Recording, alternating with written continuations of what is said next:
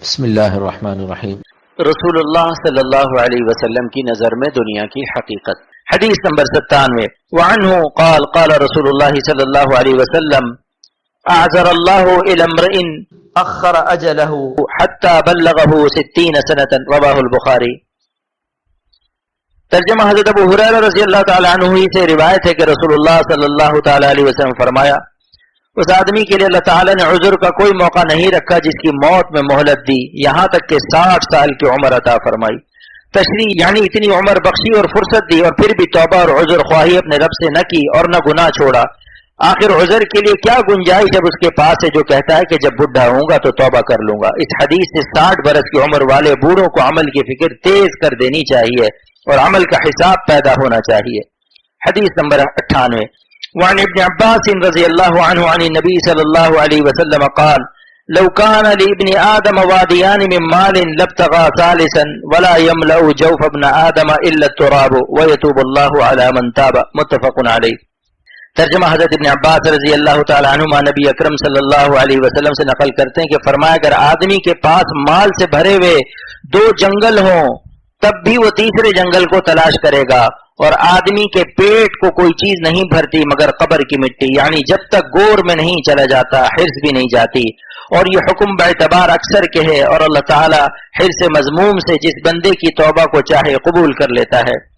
تشریح مطلب یہ کہ جب دنیا کی حرص قبر ہی میں جا کر ختم ہوگی تو عمل شروع کرنے کے لیے حرص کے ختم ہونے کا انتظار کرنا سخت نادانی ہوگی، اور حق تعالیٰ کا فضل خاص جس بندے پر ہو جاوے تو وہ زندگی میں حرص سے پاک ہو جاتا ہے۔ جوش میں آئے جو دریا رحم کا، جوش میں آئے جو دریا رحم کا، گبر صد سالہ ہو فخر اولیاء۔ حدیث نمبر 99 وعن ابن عمر رضی اللہ عنہما قال اخذ رسول اللہ صلی اللہ علیہ وسلم ببعض جسدی فقال کن فی الدنیا کأنک غریب او عابر سبیل وعد نفسک من اہل القبور رواہ البخاری۔ حضرت ابن عمر رضی اللہ تعالی عنہما سے روایت ہے کہ رسول اللہ صلی اللہ علیہ وسلم نے میرے جسم کے کسی حصے کو یعنی میرے دونوں مونڈوں کو پکڑا، جیسا کہ حسب عادت شریفہ آپ صلی اللہ علیہ وسلم کی نصیحت کرتے وقت پکڑتے، اور فرمایا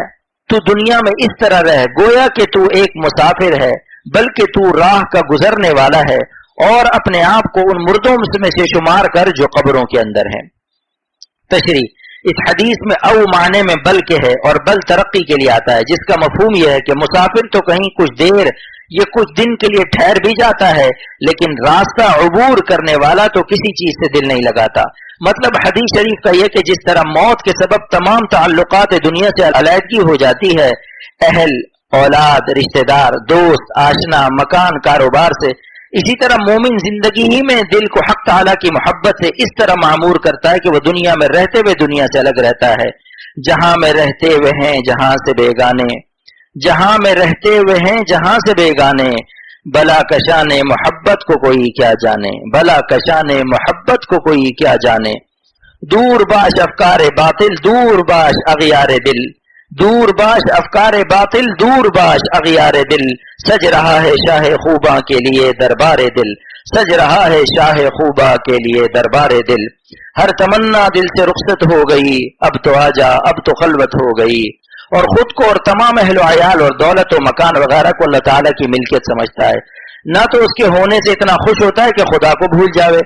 اور ان کے لیے حرام اور مکروہ فعل کرنے لگے، اور نہ ان کے جانے سے اتنا غم کرتا ہے کہ آخرت سے غافل ہو جاوے، یہ حق تعالیٰ کی طرف سے شکایت پیدا ہو۔ اسی طرح اپنی خواہشات نفسانیہ سے منہ پھیرتا ہے اور دل میں اس کے کوئی مطلوب اور محبوب اور مقصود سوائے حق تعالیٰ شانو کے نہ ہو، اور موت کے سبب تو مجبوراً گناہ نہیں کر سکتا، لیکن زندگی میں اختیار ہوتے ہوئے گناہ کو ترک کرتا ہے صبر اور مجاہدہ سے، پس ایسا شخص گویا کہ مردوں کے مشابہ ہے تاریک دنیا ہونے میں۔ اور یہی شرع موتو قبل ان تموتو کی ترجمہ موت اختیار کرو قبل اس کے کہ موت آ جاوے۔ پس اختیاری موت کا مفہوم یہی ہے کہ جس کی تشریح پر ہوئی، یعنی اپنے ارادے اور اختیار کو حق تعالیٰ کی مرضی کے تابع کر دینا۔